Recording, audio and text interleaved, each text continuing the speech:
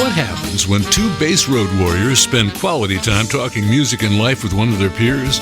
Bassist, educator, author David C. Gross and bassist and head honcho of KnowYourBassPlayer.com, Tom Semioli, trade dates with the legends of rock, jazz, funk, blues, folk, country, and more.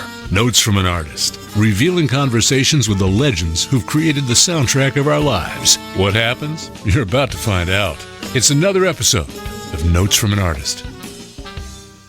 Yes, and it is another amazing episode of Notes from an Artist. I am Tom Semioli, and my co-host is Mr. David C. Gross, bass player, author, and raconteur.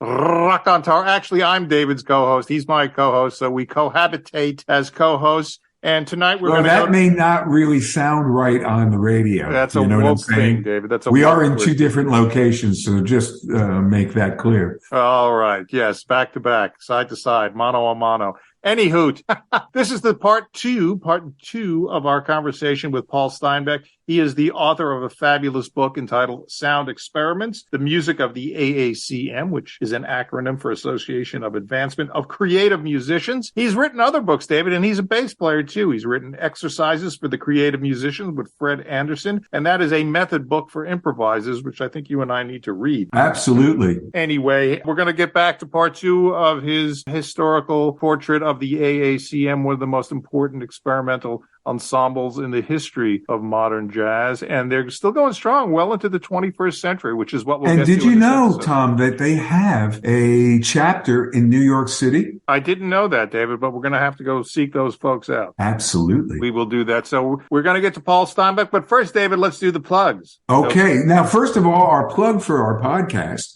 Tom is so eloquently puts it, wherever podcasts are potted, we're on Spotify, we're on Buzzsprout, we're on Apple, we're on iHeart. You name it, we're on it. And the good news is, if you missed last week's wonderful conversation with Paul Steinbeck and the music, head on over. Check that out. Part one of the Paul Steinbeck conversation. But where else are we, Tom? I've lost myself. Where are we? You lost yourself there. We're potted, wherever podcasts are potted. We are also on the YouTube channel that the kids love YouTube. They see all the videos there. Our audio and video interviews are archived there. So join us on YouTube. And if you are into the social media thing, another thing the kids are into now, David, find us on Facebook under Notes from an Artist. You can see the daily updates where David and I are playing live. We actually perform. That's right. It's much better than playing dead. It really is. We have a website, oddly enough, Notes from an Artist. Don't put the oddly enough in there, but it's www.notesfromanartist.com. All right. Let us continue with Mr. Paul Steinbeck. That's one of the great stories in the book, Nonea, with Roscoe Mitchell, when Anthony Braxton couldn't make a performance and Roscoe takes his place, and the rest, as they say, is history. Yeah, and it's such a legendary performance. Yeah. Every musician who's sort of into this realm of music can tell you, like, the first time they heard that version of No Name. Right. And it's been a lodestar for so many, not just alto saxophonists, but so many people who were just drawn in by, what the AACM has done, Roscoe Mitchell in particular, and it just shows you kind of being in the right place at the right time, and then having the right attitude, because the audience there at this jazz festival in Switzerland did not want to hear Roscoe Mitchell. So they wanted to hear Anthony Braxton's quartet. He was a star. Yeah. And so they start booing Roscoe as soon as he gets out on stage, and Roscoe didn't walk off, nor did he, curse them out through the microphone. I'm just going to do my thing. I'm going to operate in this space in the way that I want to, and I'm going to make them listen to me, and it's kind of like that AACM attitude of fierce independence just distilled into, pure musical form is that version of Nonea from 1976. All right. And I think it's Roscoe Mitchell that calls Chicago the do-it-yourself city. I think that was in the book, I think. Yeah. And even if you're in Switzerland, you sometimes have to do things yourself in your own way, and just make the situation work for you, and he definitely did. Yeah. David, let's you're talking about Air, and when they became New Air, I think the first record was a live album from Montreux. Yes. And to me, you're a bass player too. Fred Hopkins has always been an inspiration to me. I Yeah. think his playing is really forceful, a little bit sloppy, but you can tell how much feeling he puts in that. And it is really a very, very physical kind of bass playing. Very, very cool stuff. Yeah, I think there's a whole Chicago school of bass playing that, the AACM is a part of. When I was there, I was studying with Harrison Bankhead, who's an AACM Okay. member, and he Isn't plays that on. eight piece band of his? What was that called? He has a lot of different ensembles, but you're probably thinking of Eight Bold Souls, which is an Yeah, amazing what a AACM. great record. I mean, the band isn't really active anymore, but they put out some amazing music in the 80s and 90s and into the 2000s. So Harrison Bankhead was my teacher, and he plays on a bass that was played for years by Malachi Favors of the Art Ensemble of Chicago. And Malachi Favors studied when he was a young man with Wilbur Ware. So there's this kind of lineage of just amazing, as you said, very physical bass players who really dig in on their instruments. For years, people would say, why are your strings so high? Like, how can you play with your action that high? And I was like, well, that's how Chicago guys did it, and there's still new great bass players coming out of the AACM in particular and Chicago in general. But I think there's that, whether it's the blues influence or something else, some of that Chicago bass playing just sounds amazing to me. It really drew me in. And the first time I heard Malachi Favors, my jaw dropped. I could not imagine that the bass could sound that good. It was like so thick and chunky, but so smooth, Yeah, exactly. so detailed, just amazing. And you got to have a really special technique and a commitment to playing the bass in that sort of way to pull it off. But he did it, and later guys like Harrison Bankhead have it, and new generation cats like Junius Paul have it too. It's an amazing school of bass playing, and I feel, lucky to be a small part of that approach to the upright bass. Yeah. Yeah. And then ACM's important role in academia, one of the things David and I have discussed extensively on our show is everybody can learn to be a musician on YouTube. And we see more mistakes. We see more bad teaching habits, especially for bass players. They tell them to think in terms of shapes and patterns, which is not what bass playing is about. It's about learning the notes and the role of the note in a chord progression or in any piece. And yeah, of course, the AACM, a big proponent of education. Yeah, and a lot of it is kind of, a lot of AACM approaches are things that David can relate to, because Muhal Richard Abrams discovered the Schillinger method in the 1960s, and a lot of AACM musicians have had that inform their compositional approach, especially either through direct contact with Muhal's teaching style or through their own independent studies of this method. So many AACM artists have gone on to be professors at big time schools, and they tend to produce some really interesting students. There are some other places where you can go and kind of get a standard education in jazz or classical composition, but you look at people like Anthony Braxton and the amazing musicians that have all come out of his, Wesleyan. His Wesleyan, whether it's Mary Halverson or Taylor Hope Bynum or James Fay, just so many. And none of them sound alike. They're all doing radically different things on various instruments and compositionally. Roscoe Mitchell has had some absolutely stellar students, especially during his time at Mills College. George Lewis at UC San Diego and now Columbia University. I'm one of his students, and so many others. Some of the best new contemporary composers are coming out of Columbia under George Lewis. And the list goes on. Don't you find that interesting, Paul? Because Charles Warren taught Uzacheski, they were all part of the Columbia School, and there was that great computer room that they had there. Yeah, and I spent a little time studying there. And so Columbia has been a hotbed of sort of cutting edge new music for a very long time. And, when they hired George Lewis back in the early 2000s, they just took that to another level, and so it's really interesting to me that, when we think about music education, we often kind of think, well, how conservative are you, or how, what century is your, pedagogical method based on? Are you 16th century or 17th or 18th? But AACM folks have had their ears to the ground, have had an inclination to absorb absolutely everything. And some of that means very traditional methods. At the AACM School of Music, which the organization founded in the late 60s, people were doing species counterpoint. But they're also, they're doing tone rows, and then you come back next week, no tone row, just compose something from your own system. It could be Schillinger derived, it could be something else. So, being open to all kinds of methods, whether it's traditional or contemporary or anywhere in between, this could be something you could learn from. So let's get into it, see what you come up with, and then we'll develop it from there. That's kind of the AACM approach. It's so obvious when you look at some of their scores that they had studied with Schillinger, because the graphing and the different functions. Well, you speak about that. I think it's with Leo Smith regarding the way you illustrated some of the notes, and they had the little things added to them, which is, there's a long note, there's a silence, there's a short note, there's a silence.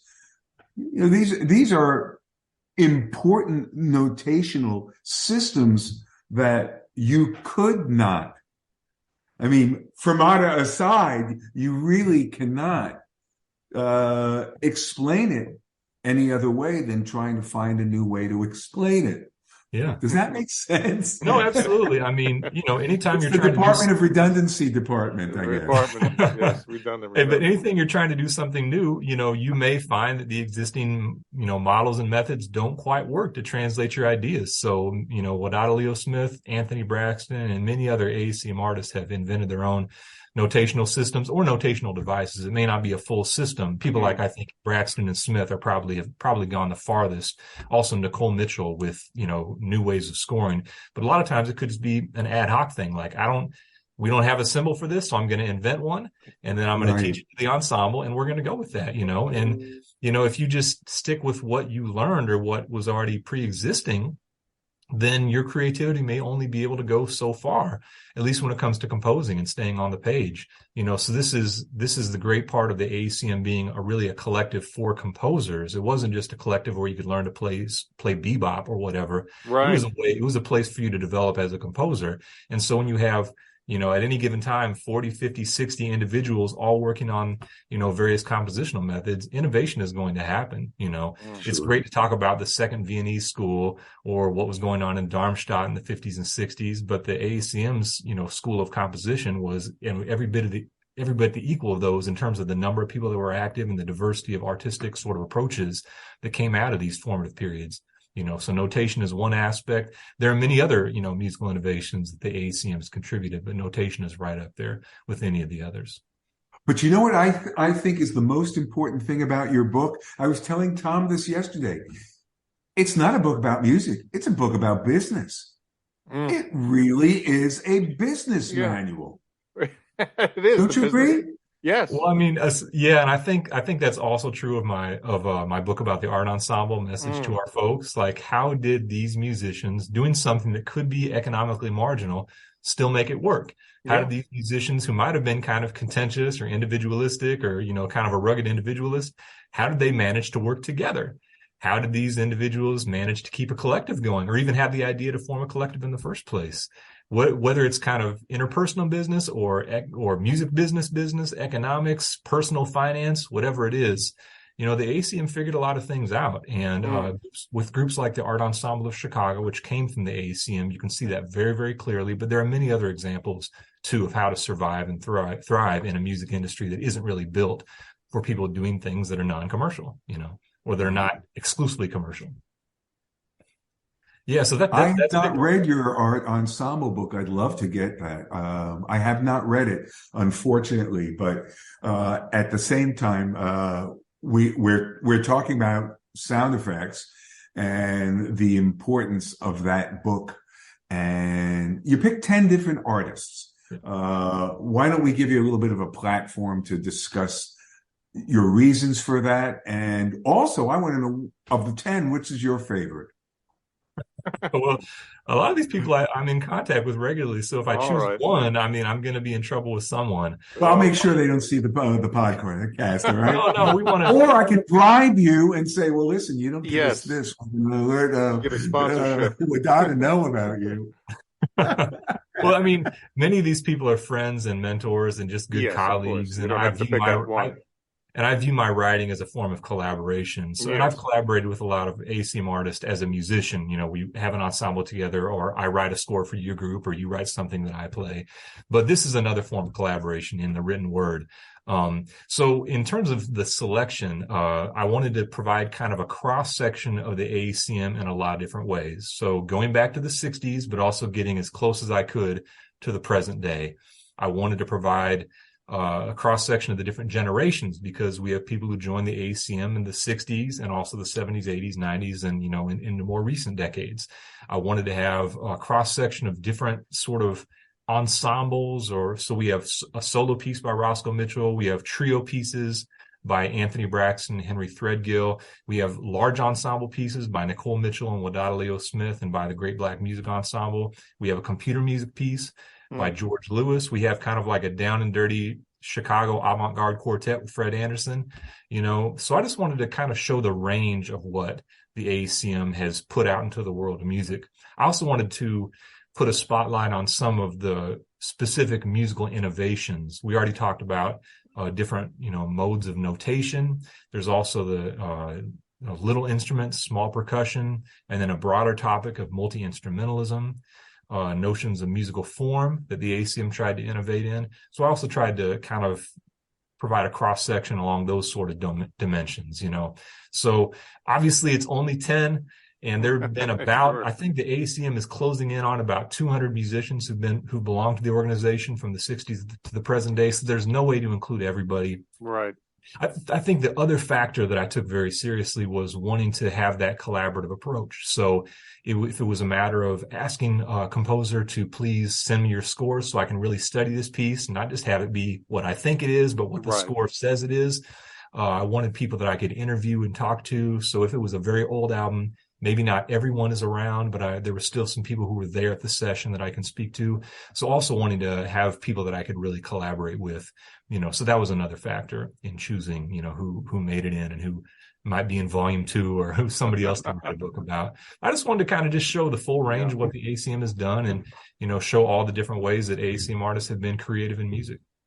Well, you did a really great job. And one of the things that I think, you can look at the table of contents and go, oh, I know this record. But when you start getting into reading it and say, oh, there's the Ritual Trio. Oh, there's this, there's that. It brings back so many of the other greats that may not be typified in your table of contents, but have equal merit in what they do. Even something as obscure as Vietnam by the Revolutionary Ensemble.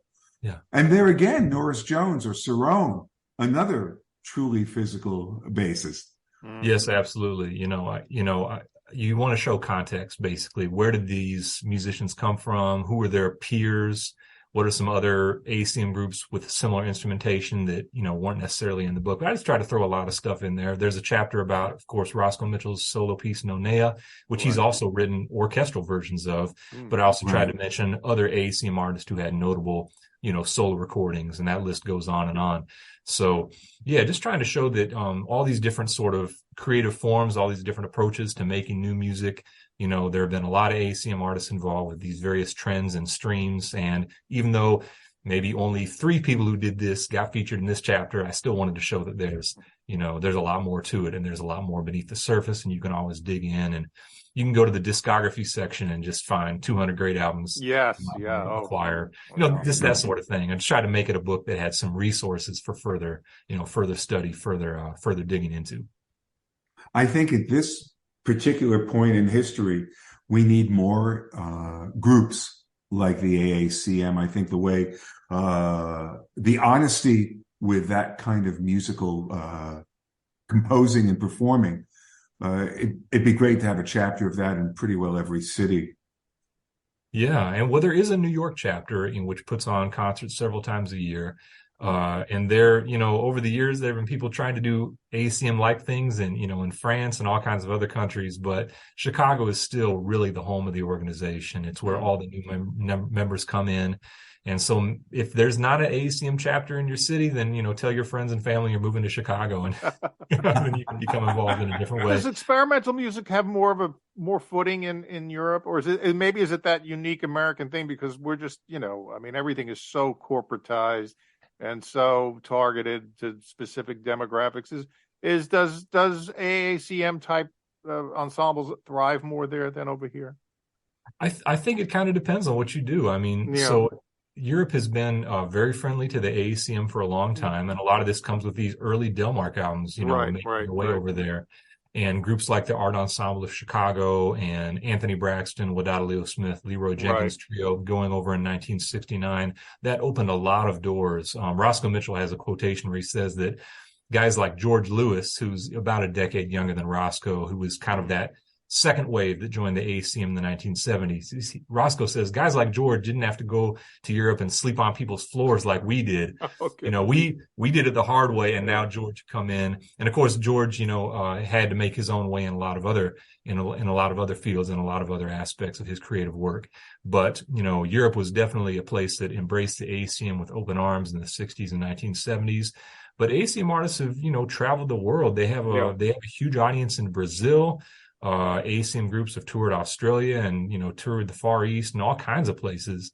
But in terms of like experimental music versus jazz and, where's the audience and all that, I do feel like there is an American school of experimental music, whether you go back to people like Charles Ives or Scott Joplin or people like John Cage, that kind of next generation. I think America is defined partially by knowing that it's a Western country, but doesn't want to do things in sort of standard European ways. It wants to throw off the shackles of the old world. Yeah. And so if you think about, experimentation in music, in the world of music, the sort of, European classical tradition looms so large, no matter where you are in the world. It's always kind of a point of reference. Yeah. Everyone's always conscious of Bach, Beethoven, and Brahms, and that's true whether you're in the south side of Chicago or whether you're in Kyoto or anywhere else, and so American composers have often had to define themselves either in league with that or in opposition to that. And so, there's definitely that school of American experimental composers that just wanted to do things really, really differently. John Cage is one. He was a big influence on early AACM members, also Europeans, and on people like Karlheinz Stockhausen wanted to move fast and break things, and he was a big influence for people like Anthony Braxton.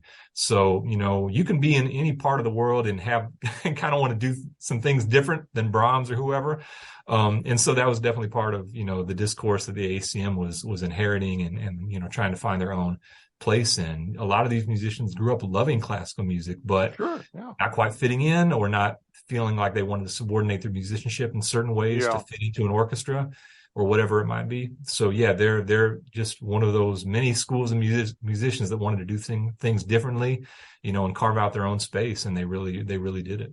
Yeah. Well, Tom and I talk about how let's say up to like 1963, 64, or even 65, there was no other method to learn how to play an instrument.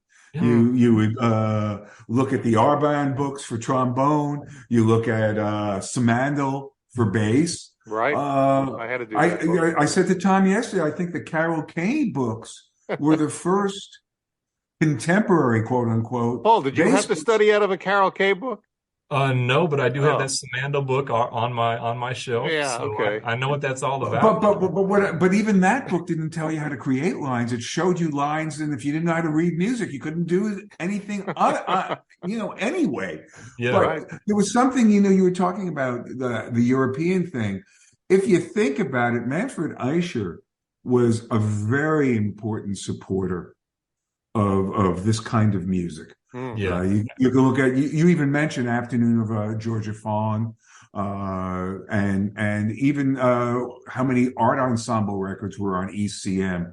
That's right. So he had a lot to do with it too, and I think his distribution was helpful because of he could get his recordings everywhere because he was based out of Polydor back then.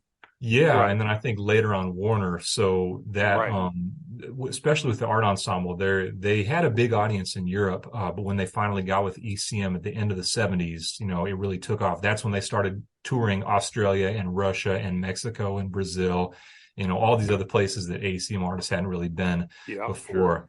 Wouldn't you like to have been a customs agent How do you deal with this? So this is what happened. So I can tell you some stories about this. And a lot of this, you can, if you want to know more, you can read my art ensemble book, Message to Our Folks. But, these guys left Chicago in 1969, went to Paris with about 500 musical instruments. They'd crammed into Malachi Favor's old Volkswagen bus, and then they would just, as they were based in Paris for about a year, and then they spent another year kind of just barnstorming around Western Europe, staying on the good side of the Iron Curtain, but they went everywhere they could.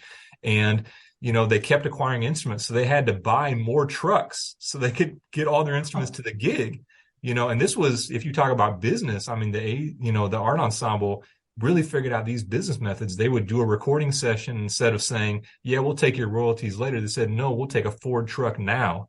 And they were able to build up a touring infrastructure completely DIY with whatever resources they got from the European labels they recorded for. And so they kind of barnstormed Europe like this until 1971, came back home in 1971, took their trucks with them on the boat to get from Italy to the East Coast. You could do that back then. Yeah. And then later in the 70s, these trucks kind of broke down. So they bought a Greyhound bus that they were able to carry all their stuff in. But then when they would go back to Europe for tours, that was a little harder. So when they got with ECM in 1977-78, they used some of their first income from the ECM deal to manufacture custom road cases. So just like the road cases you see every touring act, now the sort of black and silver cases you see on every stage. Yeah, anvil cases. Yeah, they had those cases manufactured custom for their instruments. So for Don Moyer's many drums and gongs, they had cases that were in foam inserts that were perfect for all this stuff. And so they would go across Europe and across the world with these cases. At the same time, when you're traveling with, I think, 30 some cases, that's a lot of instruments. That's a lot of value. So of course they had this stuff insured. But sometimes you need to make your own insurance. So Joseph Jarman, who was also a Buddhist priest, got a license as an international jewel dealer. And then he was permitted, this is back in the 70s, 80s, kind of Wild West stuff. Then he was permitted to carry firearms on the airplane because he was an international jewel dealer. And that's how they kept their stuff protected in the airport and got through customs, because he could pull out his piece and say, hey, if you don't let us through, I'm going to make something happen, and then he would go back to chanting, or go back. So peace or I'll break your neck, right? Yeah, basically. So, because he was an Aikido master too, and he could mess you up if he wanted to. He was a pacifist. He knew all the moves. So this is how the art ensemble was able to take hundreds of instruments around the globe, kind of finagle their ways through airports around the world. But that all came through, having that ECM income and the ability to buy those road cases, and somebody who worked in some government office somewhere that gave Jarman that international jewel dealer license that allowed him to carry heat on American Airlines. We've got to read that book. And that's essential right there. There's some good stories in there, and there's a lot of stories that I couldn't really tell, but there's some good stories in Message to Our Folks, just about how they made their own way across the globe from the 60s to the present. So please check that out. But check out Sound Experiments too, but definitely check out Message to Our Folks. All right. And what's the next Paul Steinbeck book on the horizon? I'm working on a biography of Nicole Mitchell, who's an important, AACM member from the last couple of decades. She's breaking new ground in her world. She just published her first book of kind of a science fiction novella / epistolary novel / a bunch of other things. And she has a chapter in this book, Sound Experiments. It's about her 2015 piece, Mandorla Awakening 2. And so she's doing amazing work right now, and I'm going to spend the next few years, thinking about and writing about her. Great stuff. Well, one of the things that we're going to do is we're going to play, since the pieces are long, what we will probably do is cut this interview in half. Okay. Do 30 minutes of it in volume 1, and then spend 90 minutes of music, and then the second part and do the exact same thing. So hopefully we'll be able to get full pieces of everything in there. Yeah, that'd be great. And you can download everything from my website. As you know, everything that's in the book is online. And if there's anything else that you can't, get a hold of, but I might have it in my collection, so you can definitely let me know. I think the one that I'm having the most difficulty with is the 10 Summers box set. Yeah. I can't seem to find. The only thing I was able to find on YouTube was Martin Luther King, which I guess is appropriate since it just was MLK Day. Right. Yeah, that's I think a 4 CD set. So I believe I have that on my hard drive. I can send that to you later. That would be wonderful. I think the one movement from that piece that I did discuss in the book is on my website, but the entire thing is vast. Also, I don't have the original Voyager. I have Voyager 4. Okay. All right. I can send you my Voyager stuff as well. That's not a problem. That'd be great. And I tell you, Tom, I don't know about you, but wouldn't it be great to have Paul back with members of the AACM? We can do a whole show based on that. And absolutely. Yeah, I'd love to do that. More to the forefront. Yeah. Well, I have contact information for probably whoever you want to interview. So just let me know. Good. Oh, that's wonderful. As a matter of fact, folks, we can let you know now. We are doing a bass roundtable the end of February, beginning of March, with just a few, local bass players. I think it's going to be Gary Carr, Larry Grenadier, Ron Carter, of course, Tommy the Semioli. Yeah, me myself, and David and I think we're getting Benny Reitfeld and Dave Swift involved in that Benny one. Reitfeld, yes. A killer. And I've got 6 very provocative questions where hopefully Tom and I will shut up. We'll ask the questions and then let the chips fall where they may. Well, Paul, you joined that group because we've had all of those on our show, along with Jim Fiedler. You remember him from Blood, Sweat, and Tears.